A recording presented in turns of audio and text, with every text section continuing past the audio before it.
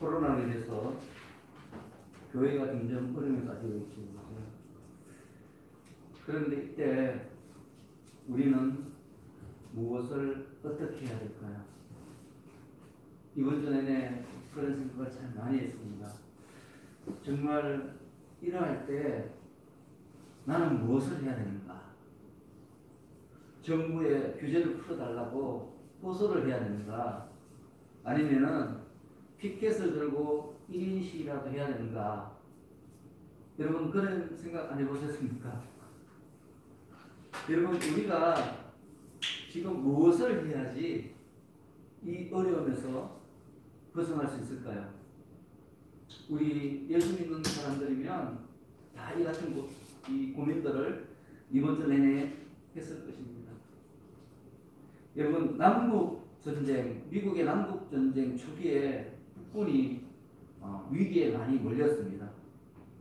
그때 링컨 대통령이 집무실에 문을 잠그고 오랜 시간 동안 하나님께 기도했다고 합니다. 그가 기도할 동안에 밖에서 초조하게 참모진들이 기다리고 있었습니다. 그리고 링컨 대통령이 나오자 그들이 물었습니다. 하나님은 우리 편입니까? 그때 링컨 대통령이 아주 유명한 말을 하죠. 여러분도 다 아실 것입니다. 여러분, 하나님은 처음부터 우리와 함께 하셨습니다. 우리 편이셨습니다. 그런데 문제는 뭡니까? 우리가 끝까지 하나님의 편에 서는가 하는 것입니다. 링컨이 그렇게 말했죠. 그렇죠? 자, 여러분 어떻습니까? 여러분은 지금 하나님의 편에 서 있습니까? 이게 중요한 거죠. 하나님은 항상 우리 편이에요. 변함없이 우리 편이에요. 근데 문제는 우리예요. 내가 지금 하나님의 편에 서 있는지 아니면 하나님의 반대편에 서 있는지. 여러분 우리가 참으로 사랑하는 또 존경하는 믿음의 조상 다윗이 죽음의 문턱 앞에서 이런 고백을 했습니다. 여호와는 나의 빛이요 나의 구원이시니 내가 누구를 두려워하리요. 여호와는 내 생명의 능력이시니 내가 누구를 무서워하리요. 그러면서 계속 이렇게 고백합니다. 군대가 나를 대적하여 진칠지라도 내 마음이 두렵지 아니하며 전쟁이 일어나 나를 치료할지라도 나는 여전히 태연하리로다. 여러분 우리가 하나님 편에 서 있다면 코로나가 아니라 더한 것이 오더라도 염려가 없습니다. 여러분 지금 우리가 상고하는 베드로전서도 바로 이에 대한 말씀 아닙니까? 우리가 어떻게 하면 끝까지 하나님 편에 설 수 있는가 하는 것에 대해서 베드로 사도가 여러 가지 사례들을 제시하면서 우리 환경과 처지를 말씀하면서 그 말씀을 계속해서 이어가고 있는 것이요. 여러분 오늘도 주시는 말씀이 바로 그거예요. 어떻게 하면 끝까지 하나님 편에 설 수 있는가. 그에 대해서 우리에게 또 오늘 말씀하고 있는 것이요. 그래서 여러분 오늘 주시는 이 말씀이 여러분들이 하나님 편에 서는 힘과 어떤 능력의 그런 이유가 되기를 예수님의 이름으로 축원합니다. 여러분 오늘 본문에서 사도 베드로는 우리 성도가 받는 고난 그리고 그 고난이 가지는 의미가 무엇인지 그에 대해서 설명하고 또 동시에 우리를 위로하고 있습니다. 여러분 먼저 12절 읽겠습니다. 12절 사랑하는 자들아 너희를 연단하려고 오는 불시험을 이상한 일 당하는 것 같이 이상히 여기지 말고. 자, 사도 베드로는 성도들이 이 땅을 살면서 겪게 되는 여러 가지 시험과 고난을 불시험이다 이렇게 말씀하고 있습니다. 여러분 우리가 예수를 믿으면서 지금도 예수를 믿기 때문에 받는 고난이 참 많죠. 그죠? 이런 많은 고난들은 마치 금강석을 불로 연단해서 순수한 금을 만드는 것처럼 하나님께서 우리 성도들을 더 순수한 믿음으로 이끄시기 위해서 허락하시는 그런 연단이라는 것이에요. 그렇기 때문에 너무 두려워하지 말라는 거죠. 우리에게 주어진 그 모든 고난의 일들에 대해서 너무 두려워하지 말아요. 맞닥뜨리라는 거예요. 맞닥뜨리. 자, 여러분 중에 이 말씀에 가슴이 와닿는 분 계십니까? 야, 정말 나도 이제부터는 더 큰 시험 속에 들어가야 되겠구나. 더 많이 연단받아야 되겠구나. 여러분 그런 생각이 혹시 드십니까? 여러분 그런 분은 별로 없을 거예요. 거의 모든 우리 생각은 뭡니까? 다 주 안에서 평탄한 삶을 살기를 원하죠. 여러분들 중에서 주 안에서 고난받기를 원하시는 분 계십니까? 주 안에서 핍박받기를 원하시는 분 계십니까? 없지 않습니까? 다 뭡니까? 주 안에서 좀 평안하고 복되고 평탄한 삶을 살기를 다 원하잖아요. 우리 모두가. 그런데 여러분 우리가 이렇게 살아온 인생을 살펴보면 평탄할 때보다 오히려 고난과 시험 속에서 더 큰 하나님의 은혜를 받았을 때가 많았어요. 그렇지 않습니까? 저도 한국 나이 57세인데 이제 제가 살아오면서 지금까지 겪었던 그 모든 일들을 생각해 보면 차라리 고난때가 더 가족 간의 유대감이 더 있었던 것 같아요. 우리가 더 힘들고 어려울 때 가족들이 더 똘똘 뭉쳤고요. 그리고 하나님께 더 깊이 의지했고 마음속에 더 큰 평안을 누렸던 것 같아요. 그런데 모든 것들이 다 갖춰졌을 때는 가족들이 다 뿔뿔이 뭐 자기들 거 누리기 없죠. 그렇게 살았던 것 같아요. 그래서 우리 믿음의 선배들은 또 믿음의 우리 많은 사람들은 고백하기를 고난이 내게 유익이다 이렇게 말하고 있습니다. 여러분들이 다 잘 아시는 뇌성마비 시인 송명희 시인 아시죠? 그죠? 그분은 뇌성마비로 태어났습니다. 얼마나 힘들게 참 너무너무 그 육신의 그 고통이 얼마나 버거웠겠습니까? 그분의 삶 가운데. 그런데 이 송명희 시인이 하나님을 만나고 난 뒤에 하나님 나 왜 이렇게 뇌성마비로 태어나게 하셨어요? 막 따지고 막 그런 게 아니라 이분이 이상한 고백을 해요. 무슨 고백을 하는가 하면 하나님은 공평하시다 이렇게 고백합니다. 이건 놀라운 고백 아닙니까? 송명희 시인 입장에 볼 때는 공평하지 않죠. 세상에 거의 모든 사람들은 다 사지가 멀쩡하게 살아가는데 자기는 말 한마디 하는데도 굉장히 힘들어요. 몸이 떨려가지고. 그래서 인터뷰할 때 보면 엄마가 막 붙들어져요. 그러면은 말 한마디 하는 게 얼마나 고통스러운지 천천히 아주 천천히 그렇게 말을 합니다. 여러분 우리 인간의 눈 세상의 눈으로 볼 때 내성마비로 태어난 사람이 얼마나 억울합니까? 안타깝습니까? 그렇지 않습니까? 그런데 하나님을 만나고 나니까 그렇지 않다는 거예요. 그렇지 않다는 거예요. 오히려 하나님께서 공평하신 분임을 고백하게 되었다는 거죠. 이 송명희 시인이 그렇게 고백했다. 우리도 많이 부르죠. 찬양으로 많이 부르죠. 여러분 또 미저노 벤저라는 사람이 있습니다. 이 사람은 11살 때 열병에 걸려가지고 사지가 밥이 되었어요. 꼼짝달싹 못해요. 손가락 하나 움직일 수 없어요. 그분이 움직일 수 있는 것은 눈밖에 없습니다. 눈만 깜빡깜빡거려요. 근데 이분이 어느 날 예수님을 만났어요. 예수님을 만나고 나는데 이분이 고백을 해요. 뭐라고 말하는가 하면 시를 썼어요. 만일 내가 괴롭지 않았더라면 하나님의 사랑을 받아들이지 않았을 것을. 만일 모든 형제 자매들도 괴롭지 않았더라면 하나님의 사랑은 전해지지 않았을 것을. 만일 우리 주님이 괴롭지 않았더라면 하나님의 사랑은 나타나지 않았을 것을. 놀라운 고백 아닙니까? 미저노 겐저는 자기가 받은 이 고난으로 인해서 하나님을 만났기 때문에 행복하고, 만일 우리 인생에게 고난이 없다면 우리 예수님이 이 땅에 오실 이유가 없지 않습니까? 그래서 고난이 우리 가운데 유익이라는 거죠. 여러분 평생 사지 움직이지 못하고 눈만 깜빡거리고 누가 도와주지 않으면 생명을 연장할 수 없는 이 미저노 겐저도 고난에 대해서 예찬을 했어요. 여러분 또 유명한 일화가 있죠. 그죠? 소설 빙점을 쓴 미우라 아야코. 이분은 태어날 때부터 몸이 아주 약했거든요. 일생을 암과 투쟁했어요. 몸이 얼마나 아픈지. 그런데 여러분 몸이 아픈 것으로 끝난 게 아니라 주위 사람들이 왜 그래요? 너 예수 믿는데 왜 그렇게 몸이 아프냐? 예수 믿는데 왜 그렇게 몸이 아프냐? 조롱한 거죠. 그때 이 뮤라 아야코 여사가 시를 썼어요.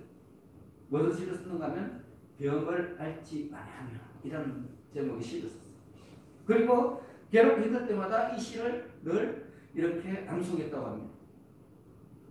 병을 앓지 아니하면 드릴 수 없는 기도가 있고 병을 앓지 아니하면 믿을 수 없는 기적이 있으며 병을 앓지 아니하면 들을 수 없는 거룩한 말씀이 있다. 병을 앓지 아니하면 가까이 나갈 수 없는 성소가 있고 병을 앓지 아니하면 바라볼 수 없는 거룩한 얼굴이 있으며 더더욱 나는 고통하지 아니하면 참 인간이 될 수가 없다. 놀라운 고백이죠, 여러분. 여러분, 우리에게 병이 있기 때문에 기도를 할 수 있다는 거죠. 우리에게 병이 있기 때문에 우리가 기적을 바꾼다는 거예요. 우리에게 병이 있기 때문에 주님의 말씀이 거룩한 말씀으로 들린다는 거죠. 우리에게 병이 있기 때문에 하나님의 전에 나와서 기도를 하고요. 그를 통해서 우리 예수를 만나게 됩니다. 그를 통해서 진정한 인간이 누구인지 깨달을 수 있다는 겁니다. 여러분, 우리 인간은요, 시험과 고난을 통해서 인생을 배우는 문제입니다. 그를 통해서 하나님께 가까이 나아갈 수 있습니다. 여러분, 이러한데 여러분들 가운데 좀 고난이 있다고, 일이 좀 안 풀린다고, 몸이 좀 아프다고 판단하시겠습니까? 오히려 이러한 고난은 기도할 수 있는 동기예요. 여러분들이 기도하며 하나님을 만날 수 있는 아주 좋은 기회를 맞이하는 거지요. 여러분, 오늘 이러한 마음의 자세에 변화가 있기를 예수님으로 축원합니다. 여러분, 시편 기자가 이런 말을 했습니다.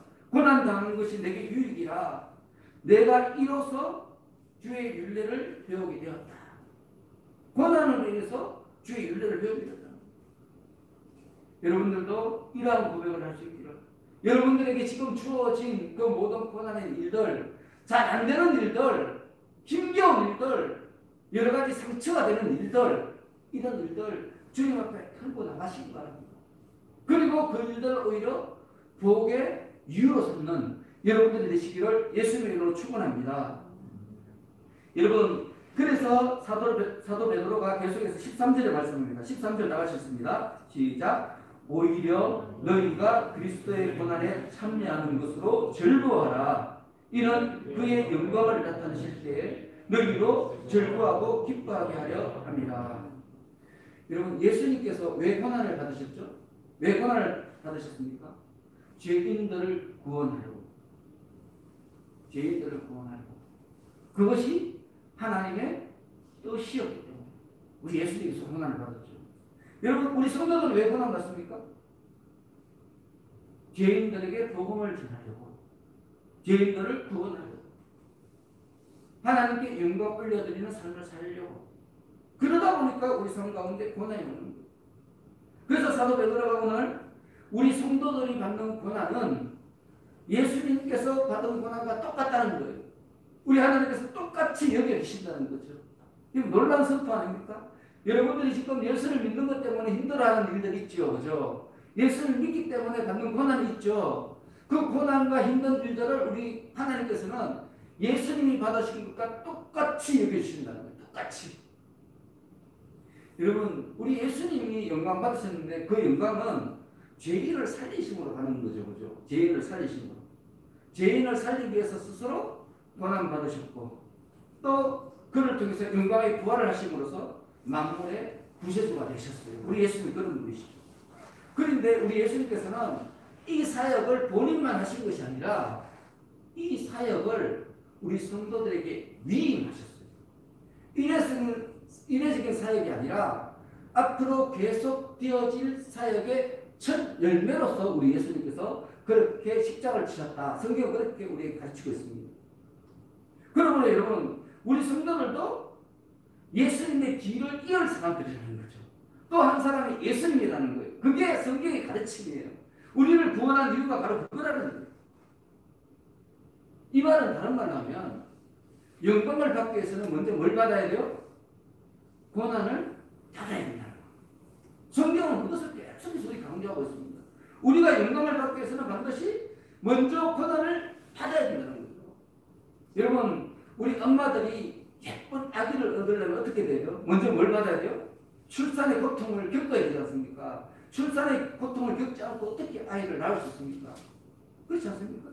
너무너무 이쁘고 아름다운 정말 속에 넣어도 너무너무 행복한 이 아이를 얻기 위해서 엄청난 고난을 받음으로 우리 엄마들이 아이를 얻는 것처럼 하나님께서 우리에게 주시는 영광도 똑같다는 거예요.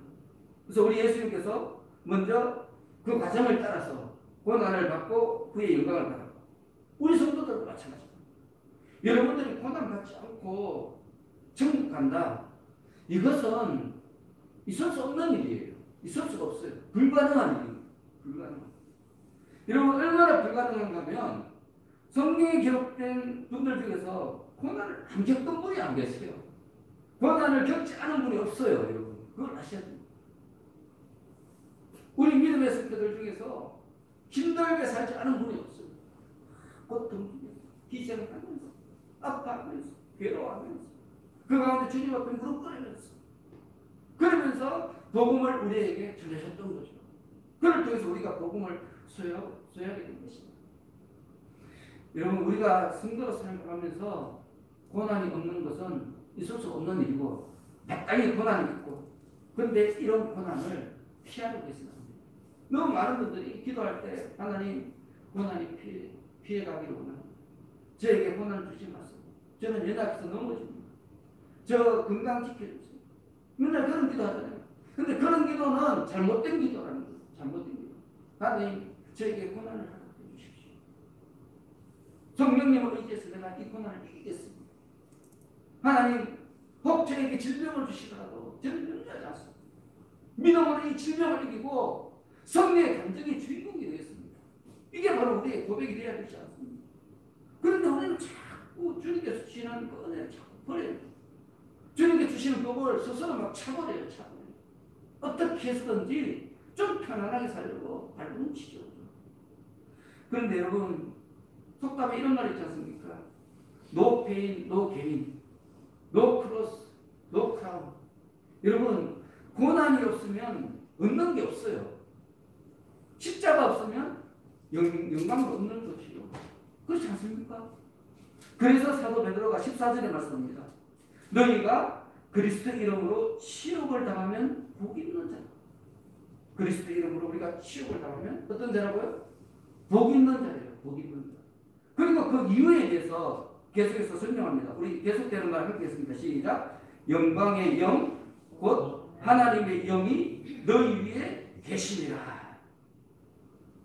여러분 예수님을 믿는 믿음 때문에 우리가 치욕을 당하는 것이 우리에게 복이 된다고 말씀합니다. 우리가 치욕을 당하면 복이 된대요. 그런데 왜 복이 되는가 하면 치욕을 당할 때 성령께서 우리가 그 치욕을 견딜 수 있도록 동행하시고 도우시기 때문에. 여러분 치욕 자체가 좋은 게 아니고 그 치욕으로 인해서 누가 우리 함께 하세요? 성령님께서 우리 함께 하시는 거예요. 하나님께서 그 치욕 때문에 우리 함께 하신다는 거예요. 그 고난 때문에 우리 함께 하신다는 거예요. 그래서 고난이 우리에게 유익이 되는 거예요. 여러분 이것은 사도 베드로의 감정이에요. 그리고 성경에 기록된 수많은 믿음의 사람들의 고백입니다. 그러므로 여러분 우리가 고난을 이기려면 어떻게 해야 되죠? 고난을 이기려면 오늘 본문에서 뭐라고 합니까? 성령님을 만나야 돼요. 우리가 고난을 이기려면 누구를 만나야 돼요? 성령님을 만나야 됩니다. 그죠? 그렇다면 여러분 성령님을 만나려면 우리가 어떻게 해야 되죠? 어디로 가야 되죠? 성령님을 만나려면 오늘 본문은 뭐라고 말해요? 치욕의 자리로 가야 돼요. 고난의 자리로 가야 된다. 우리가 성령님을 만나려면 그냥 평안한 자리에서 만날 수 있는 게 아니고 어떤 자리? 예수님의 이름으로 치욕을 당하는 자리. 고난의 현장. 여러분 성령님은 복음을 전하기 위해서 복음을 인해서 고난받는 자들 항상 계십니다. 그러므로 우리가 성령 충만 받으려면 복음을 위한 고난과 봉사의 자리 그게 가야 하는 거지요. 그런데 여러분 어떻습니까? 우리는 성령 충만 다 받기를 원해요. 예수 믿는 사람 중에 성령 충만 받기를 원하지 않는 사람 없습니다. 모든 사람이 다 성령 충만 받기를 원하죠. 그런데 그러면서 그 마음속에 담기는 어떤 마음이 있는가 하면 평안하고 형통하고 있다. 여러분 일이 다 술술 잘 풀리기를 원하고 건강하기를 원합니다. 그러니까 여러분 우리가 성령 충만을 맛볼 수가 없는 거예요. 성령 충만 맛보려면 어디 가야 돼요? 그리스도의 이름으로 지옥을. 예수 그리스도 때문에 고난을 받는 그 자리에 가야만 성령께서 함께 하신다는 거죠. 여러분 그래서 이어지는 본문에는 성도가 당하는 이 고난에 대해서 두 가지로 설명하고 있습니다. 우리가 받아야 되는 고난, 절대 받으면 안 되는 고난, 이 두 가지를 지금 베드로가 말하고 있습니다. 자, 먼저 15절 함께 읽습니다. 15절 시작. 너희 중에 누구든지 살인이나 도둑질이나 악행이나 남의 일을 간섭하는 자로 고난을 받지 말려니와. 자, 성도가 절대 받아서는 안 될 고난은 뭔가 하면 살인, 당연하죠. 그죠? 도둑질, 당연하죠. 근데 여기서 악행은 뭔가 하면 도덕적으로 심판받을 만한 거예요. 법으로는 문제가 없지만 우리가 도덕적으로 볼 때는 지탄을 받을 만한 그런 겁니다. 우리 기독교인들이 제일 많이 받는 거죠. 이거. 그리고 뭡니까? 남의 일에 간섭한다는 것은 뭔가 하면 자기가 가지고 있는 지위를 가지고 자꾸 사람들을 괴롭게 하는 거예요. 내가 가지고 있는 지위를 가지고. 그것을 남의 일에 간섭하는 것이다. 이렇게 말하고 있는 거예요. 여러분 성도들은 이러한 일 때문에 사람들에게 지탄을 받아서는 안 된다는 거예요. 고난을 받아서는 안 된다는 거죠. 그리고 이러한 일 때문에 고난을 받는 것은 성도 본인에게도 문제지만 더 큰 문제는 뭔가 하면 교회에 너무 큰 명예의 실추를 가지고 하나님의 영광을 가지고 있는 거죠. 그래서 이 일을 우리가 조심해야 돼요. 여러분 우리가 어떤 잘못을 하는 것 자기 자신에게도 참 불행한 일이지만 더 큰 불행은 뭔가 하면 교회를 무너지게 만들어요. 왜냐하면 우리 성도는 교회의 일부분이기 때문에. 여러분 한 사람 한 사람이 교회예요. 교회의 지체예요. 세상 사람들은 여러분들을 여러분 한 사람으로 보지 않아요. 여러분을 뭐로 본가 하면 교회로 본다는 거예요. 그래서 성도 한 사람이 잘못하면 누구를 욕해요? 교회를 욕하는 거예요. 여러분 그래서 우리는 늘 자신에게 잘못된 어떤 습관이나 타인에게 나쁜 영향을 미치는, 해를 끼치는 그런 일들이 없는지 스스로를 살펴봐야 됩니다. 성경 말씀을 통해서 늘 스스로를 돌아봐야 돼요. 그걸 하지 않으면 하나님의 교회를 이렇게 어렵게 하는 그 일에 내가 일조를 하게 되는 거죠. 그러면서 사도 베드로가 16절에 우리가 받으면 받을수록 복이 되는 고난에 대해서 말합니다. 우리 다 같이 읽습니다. 만일 그리스도인으로 고난을 받으면 부끄러워하지 말고 도리어 그 이름으로 하나님께 영광을 돌리라. 여러분 지금 베드로가 그리스도인으로 고난을 받으면 부끄러워하지 말라고 말해요. 이 말은 뭡니까? 당시에 부끄러워하는 자들이 많았다는 거예요. 반증이죠. 반증. 여러분 그리스도인으로 고난을 받는데 부끄러워하는 사람이 한 명도 없어. 다 명예롭게 생각하고 기뻐하고 즐거워해요. 그러면 베드로 사도가 이런 말을 적을 필요가 없죠. 그죠? 그렇지 않습니까? 지금 한 줄이 아까운데 한마디 한마디가 정말 소중한 말씀인데 쓸데없는 말을 쓸 리가 없잖아요. 그렇기 때문에 지금 이 말은 뭡니까? 당시에 그리스도인으로 받는 고난을 부끄러워하는 사람들이 적지 않았다. 다른 말로 하면 하나님보다 세상 사람들의 눈을 더 두려워하는 성도들이 있었다는 거예요. 그런데 여러분 한번 곰곰이 우리가 생각해 봐야 됩니다. 여러분들 지금 예수를 다 믿고 있잖아요. 여러분들이 예수를 믿는데 세상의 눈을 의식하면서 예수를 믿어야 되는 이유가 있습니까? 한번 생각해 보시기 바랍니다. 지금 내가 예수를 믿잖아요. 근데 내가 세상 사람들의 눈을 의식하며 예수를 믿어야 되는 이유가 있나? 여러분 한번 생각해 보시죠. 여러분 그런 이유가 없어요. 아무리 생각해도요. 성경 말씀대로 살면 우리는 세상 사람들에게 예수 믿는 것을 부끄러워할 이유를 전혀 찾을 수가 없습니다. 찾는 게 불가능해요. 여러분, 우리 예수님 보십시오. 예수님께서 부끄러운 일을 하신 적이 있습니까? 여러분, 많은 유대인들이요, 거짓 신자들이죠. 거짓 성직자들. 그들이 어떻게 쓰는지 예수님을 고소하려고 거짓 정의를 세우고 모함하고. 그리고 그런데도 예수님에 대해서 아무런 죄를 찾지 못했어요. 빌라도가 3번이나 선포했어요. 손을 씻으면서까지 예수님에게 저 죄를 찾지 못했다. 그렇게 말합니다. 성경에 기록되어 있습니다. 여러분, 예수님은 그 누구도 따를 수 없는 사랑과 희생을 몸소 실천하셨습니다. 그래서 많은 사람들이 예수님을 칭송하고요. 심지어 여러분, 우리 예수님은 십자가에서 마지막 기도를 어떤 기도를 합니까? 저들의 죄를 용서해 주십시오. 여러분, 이 소리를 들은 예수님 처형을 집행했던 그 백부장이 뭐라고 말합니까? 진정한 극한 분이다. 이분이 진짜 의지시고. 여러분, 그런데도 세상 사람들은 어떻습니까? 자기의 약함은 부끄러워하잖아요. 부끄러워하지 않습니다. 오히려 예수님을 배척하고 예수님을 따르는 성도들을 입에 담지 못할 말로 멸시하고 전화합니다. 어떻게 해서든지 교회를 무너뜨리고 하지요. 여러분, 언론 한번 보십시오. 이상할 정도로 교회에 대해서 굉장히 적대적이에요.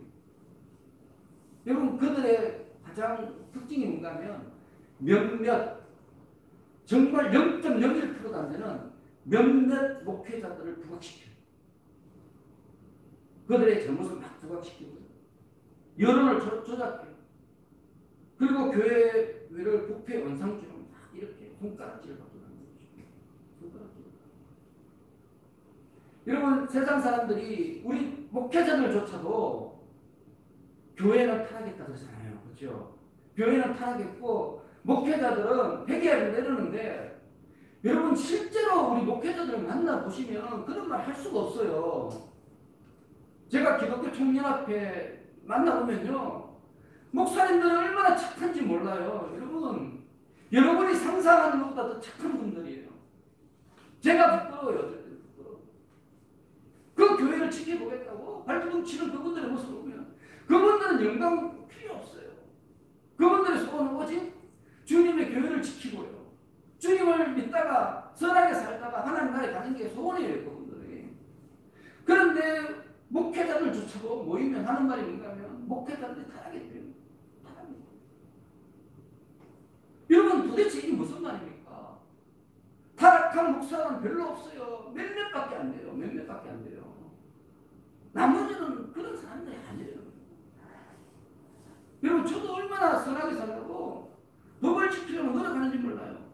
제 마음 같아서는 여러분, 지금 정부에서 10명 이상, 10% 이상 앉지 말라는데 제 마음 같아서는요, 무시하고 싶어요.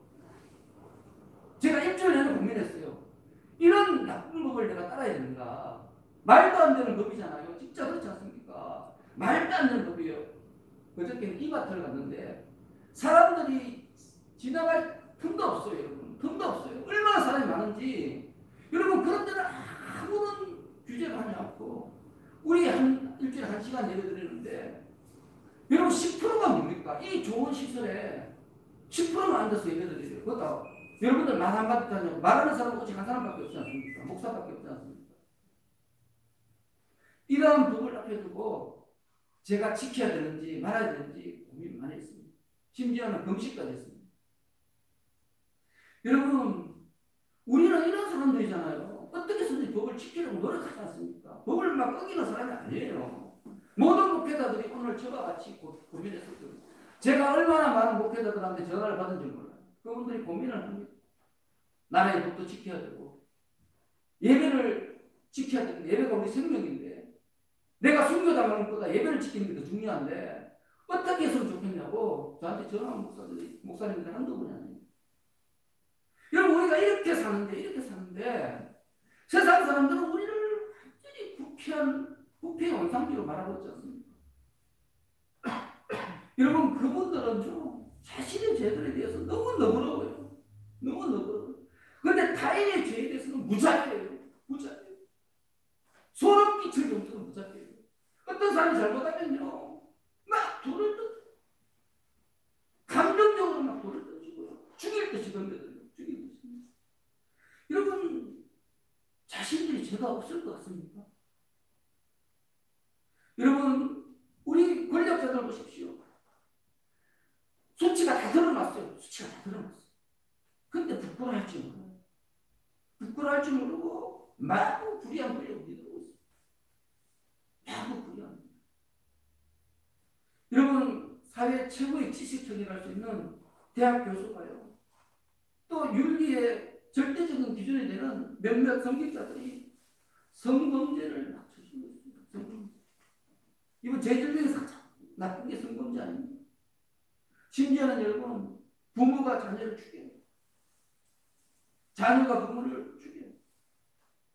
요즘 친족 사례가 얼마나 많은지.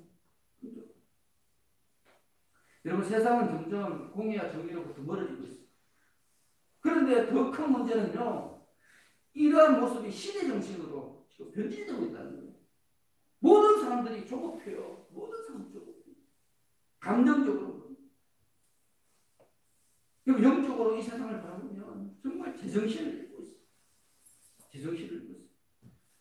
그런데 여러분, 이러한 세상 속에서, 불의한 세상 속에서 제정신을 차린 사람이 있다는 거예요. 제정신을 차린 사람들. 오늘 베드로가 그걸 말하는 거죠. 그 사람들은 누굽니까? 예수 믿는 예수님을 만나서 자기 죄를 부끄럽게 하고 회개하고 그러다 우리 성도들이 세상에서 제정신을 차린 그런 사람입니다. 여러분, 그렇기 때문에 우리가 예수를 믿고 성도가 된 것은 자랑스러워할 일이지 부끄러운 일이 아닙니다. 세상 사람들에게 예수쟁이라고 손가락질을 받고 미움받고 그래도 부끄러울 이유가 없어요. 여러분. 부끄러울 이유가 없어요. 왜냐하면 예수쟁이라는 말은 곧 너는 바른 정신을 가졌구나 이 말이기 때문에.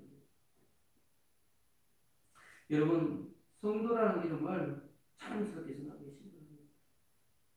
여러분, 그때 여러분들이 진정한 성도로서의 삶이 시작되어지는 거죠. 여러분, 내가 선하게 살고 법을 잘 지키고 가난한 이웃을 돕고 연약한 자들을 일으키고 그러면서 나는 예배가 생명이다 이렇게 말한다면 누가 우리에게 예배를 드리지 말라고 돌을 던지겠습니까? 그럴 만한 명분이 없잖아요. 그런데 우리는 가난한 사람을 돕지도 않고 연약한 사람을 돕지도 않고 세상 사람들하고 똑같이 불법을 저지르고 똑같이 돌을 던지고 그러면서 예배를 드린다 그러니까 그 사람들을 볼 때는 웃기는 거죠. 니나 내나 다를 게 없는데 왜 우리는 예배를 안 드리는데 너는 예배를 드리냐? 너 특권이냐? 네가 특권의식을 가졌냐? 이런 식으로 우리를 오해하고 우리를 미워하는 거죠. 여러분, 이 코로나 시대를 통해서 우리가 제정신을 찾아야 됩니다. 찾아야 됩니다. 정말 성경에 가르친 대로 하루라도 그렇게 살아야 됩니다. 먼저는 우리 가족 간에 조금 더 이해하시고 특히 우리 가족들 중에서 믿지 않는 분이 계시다면 여러분들이 예수님이 돼야 돼요. 그분들에게 예수님이 돼야 되죠. 야, 너 다르구나. 너 예수 믿는 너는 나와 다르구나. 여러분, 그런 말을 들어야 되지 않겠습니까? 여러분, 그런 말을 듣는 사람만이 마지막 때 예수님께 구원받아요. 하나님께서 함께 하십니다. 하나님과 동행하는 거죠. 하나님 편에 서 있는 거죠.